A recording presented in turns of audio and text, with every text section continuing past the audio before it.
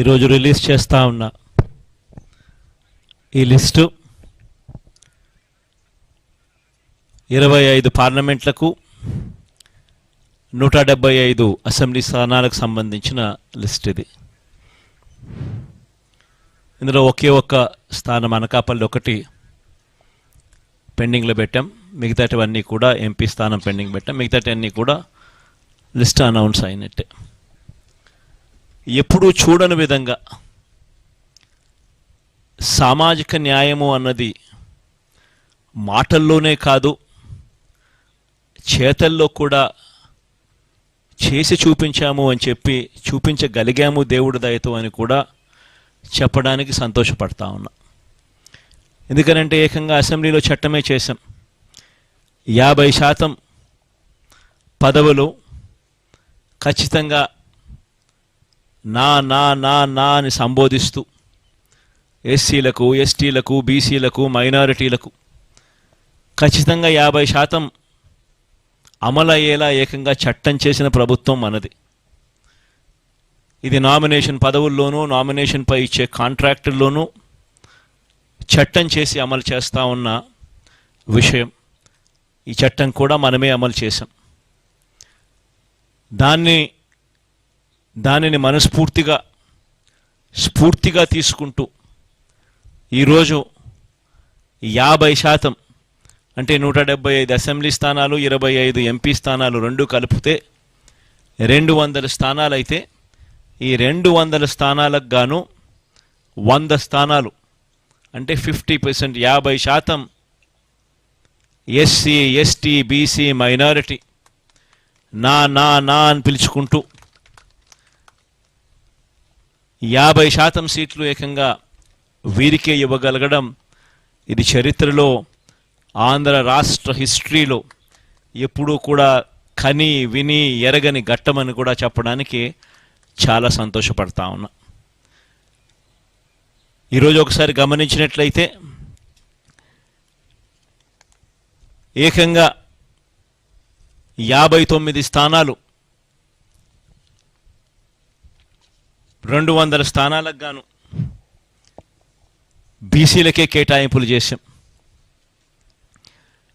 175 assembly స్థానాలకు 48 assembly స్థానాలు, 25 MP స్థానాలకు గాను బ్యాలెన్సు 11 స్థానాలు బీసీలకే కేటాయింపులు జరిగింది. ఆడవాళ్లకు కూడా ఇంతకు ముందు కన్నా బెటర్గా చేశాం. కానీ ఇది కూడా నాకు ఇంకా సంతృప్తిని కలిగించడం లేదు. బహుశా నెక్స్ట్ ఎలక్షన్లకు వచ్చేసరికి దీనిని ఇంకా వేగంగా కూడా అడుగులు వేయించే కార్యక్రమం చేస్తా ఉన్నాం. 200 స్థానాలకు 24 స్థానాలంటే 12% అక్క చెల్లెమ్మలకు ఇవ్వగలిగాం.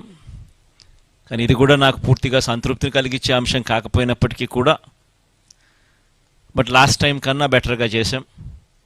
బహుశా మిగతా ఏ పార్టీ కన్నా కూడా బెటర్గానే ఉంటుందని అనుకుంటా ఉన్నాను.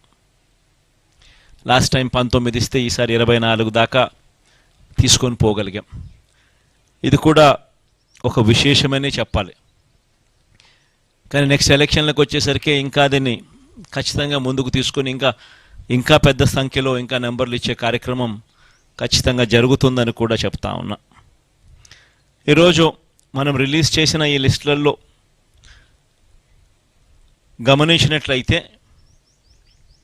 ఏకంగా 77% మంది ఎమ్మెల్యేలు, ఎంపీలు ఈ 200 మందిలో ఏకంగా 77% మంది గ్రాడ్యుయేట్స్, ఆ పై చదువులు చదివిన వాళ్ళు. ఎమ్మెల్యేలకు సంబంధించి 175 మంది ఎమ్మెల్యేలకు గాను 75% గ్రాడ్యుయేట్స్, ఆ పై చదువులు చదవగలిగిన వాళ్ళు మనం ఎంపిక చేయగలిగాము అని కూడా చెప్పడానికి కూడా సంతోషపడతా ఉన్నా. మైనారిటీస్కి కూడా ఇంతకుముందు 5 స్థానాలు ఇస్తే ఇవాళ 7 స్థానాలతో మైనారిటీ సంఖ్యను కూడా బాగా పెంచగలిగినామని చెప్పడానికి కూడా సంతోషపడతా ఉన్నా. మొత్తం మీద 50% నా అని పిలుచుకుంటూ ఎస్సీ ఎస్టీ బీసీ మైనారిటీలకు ఇవ్వడం అన్నది చరిత్రలో నిలిచిపోయే ఘట్టంగా మరొకసారి చెబుతూ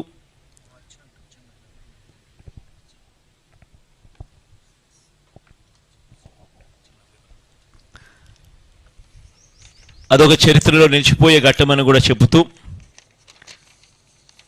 ఈ ఎన్నికల్లో దాదాపుగా 81 స్థానాలలో ఎమ్మెల్యేలను మార్పు జరిగింది. 18 ఎంపీ స్థానాలు కూడా మార్పు జరిగింది. అంటే దాదాపుగా 99 స్థానాలంటే దాదాపుగా దగ్గర 50% స్థానాలలో మార్పులు కూడా చేశాం. అంటే ఇది కూడా చరిత్రలో ఒక నిలిచిపోయే ఘట్టమే. ఎందుకంటే ఈ స్థాయిలో మార్పులు చేయగలిగిన ధైర్యం బహుశా ఎవరికి ఉండకపోవచ్చేమో. అది కూడా వైఎస్ఆర్ కాంగ్రెస్ పార్టీకి మాత్రమే ఆ ధైర్యం ఉందని కూడా, ప్రజల మీద ఆ మేరకు నమ్మకం ఉందని కూడా చెప్పడానికి కూడా సంతోషపడతా ఉన్నా.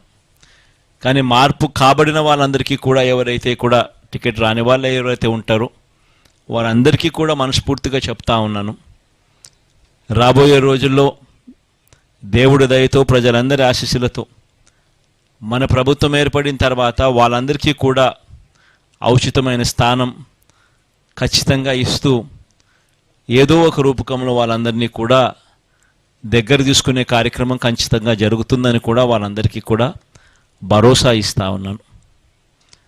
కని విని ఎరగని విప్లవాత్మక మార్పులతో ఈ 5 సంవత్సరాల పాలన సాగింది. ఎప్పుడూ కూడా ఎవరూ కూడా ఊహించల 2,70,000 కోట్ల రూపాయలు నేరుగా బటన్ నొక్కడం, ఎక్కడా లంచాలు లేకుండా, వివక్ష లేకుండా నేరుగా అక్కచెల్లెమ్మల కుటుంబాల ఖాతాల్లోకి డబ్బులు వెళ్ళిపోవడం రాష్ట్ర చరిత్రలో ఇది ఎప్పుడూ చూడలేదు, ఎప్పుడూ జరగని ఘటం. ఇలా చేయగలుగుతామా? లంచాలు లేకుండా ఇవ్వడం సాధ్యమేనా? వివక్ష లేకుండా అసలు ఇవ్వగలుగుతారా అనే పరిస్థితి నుంచి కాదు, ఇది సాధ్యమే అని ఈ 5 సంవత్సరాల పరిపాలనలో ఎప్పుడు చూడని విధంగా గ్రామ స్థాయిలోనే గ్రామ సచివాలయాన్ని తీసుకొని రావడం, గ్రామ స్థాయిలోనే ప్రతి 50-60 ఇళ్లకు ఒక వాలంటీర్ వ్యవస్థ తీసుకొని రావడం, వీటి అన్నిటి ద్వారా పారదర్శకంగా లంచాలు లేని వ్యవస్థ, వివక్షకు చోటు లేని వ్యవస్థ ద్వారా 2,70,000 కోట్ల రూపాయలు అక్క చెల్లెమ్మల కుటుంబాల ఖాతాల్లోకి వేయడం అన్నది దేశ చరిత్రలో సువర్ణ అక్షరాలతో ఎప్పటికీ కూడా లిఖించతగ్గ విషయంగా ఎప్పటికీ కూడా గుర్తుండిపోతుంది. ఇది ఒక గొప్ప మార్పుగా కూడా గుర్తుండిపోతుంది. రాష్ట్రంలో ఎప్పుడూ జరగని విధంగా జరిగింది. ఈ ఒకటే కాకుండా గ్రామాలు మారాయి, గ్రామాలలో పరిస్థితులు మారాయి, స్కూళ్ళు బాగుపడ్డాయి, హాస్పిటళ్ళు బాగుపడ్డాయి ఎప్పుడూ చూడని విధంగా, వ్యవసాయం బాగుపడింది ఎప్పుడూ జరగని విధంగా, మహిళలకు విమెన్ ఎంపవర్మెంట్ ఎప్పుడూ కూడా జరగని విధంగా, కంటికి కనిపించే విధంగా మార్పులు చోటు చేసుకుంటూ విమెన్ ఎంపవర్మెంట్ జరిగింది.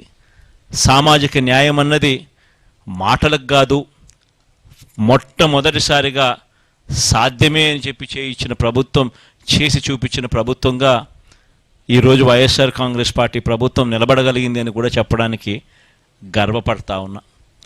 వీటి అన్నిటి వల్ల కూడా ప్రస్ఫుటమైన మార్పులు ప్రతి గ్రామంలోనూ కనిపిస్తూ ఉన్నాయి. ఈ మార్పులన్నిటి వల్ల దేవుడు ఆశీస్సులతో మళ్ళీ 2-3 నెలల్లో మళ్ళీ ఖచ్చితంగా ప్రమాణ స్వీకారం చేస్తాం. సామాజిక న్యాయం అన్నది ఇంకా గొప్ప స్థాయిలోకి తీసుకొని పోయే అడుగులు కూడా వేస్తామని కూడా ఈ సందర్భంగా చెబుతూ అందరితో కూడా సెలవు తీసుకుంటా ఉన్నాను.